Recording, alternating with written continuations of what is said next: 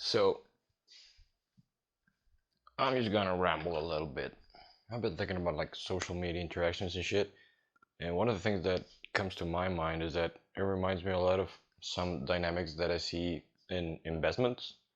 So like when you buy a stock and then the price goes up slowly, people are kind of okay with that, like people, that's kind of like the expected thing in people's heads.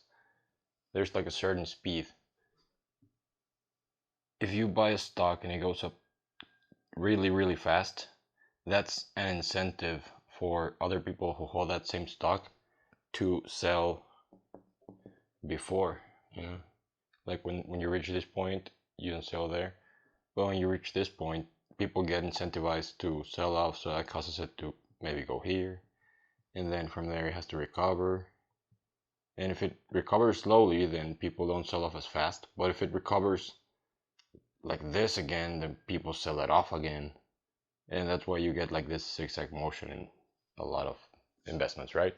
So I noticed that a very similar thing happens with like influencers. Like they'll start here, they're like small, and then a few people are following them, and then they grow.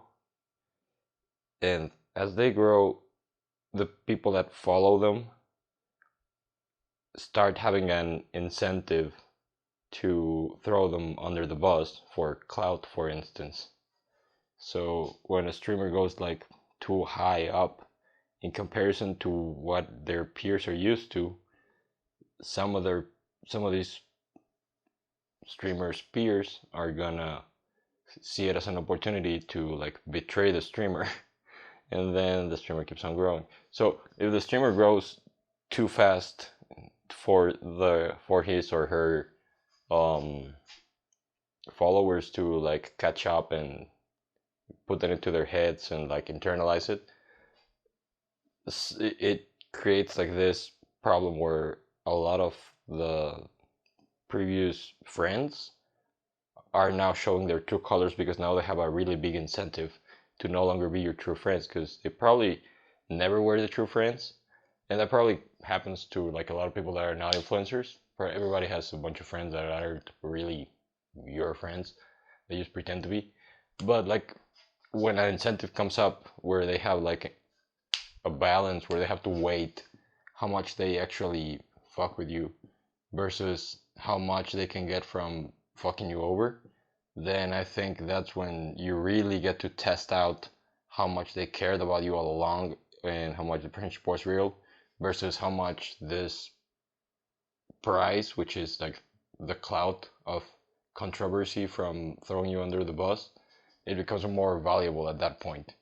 So I think a lot of influencers get surprised when they get betrayed after getting big, and I think it's a little bit like that. I don't know if it was too rambly. Let me know in the comments if you have any thoughts. Am I crazy, or are investments and social interactions in social media similar in that way? Let me know what you think. See you around.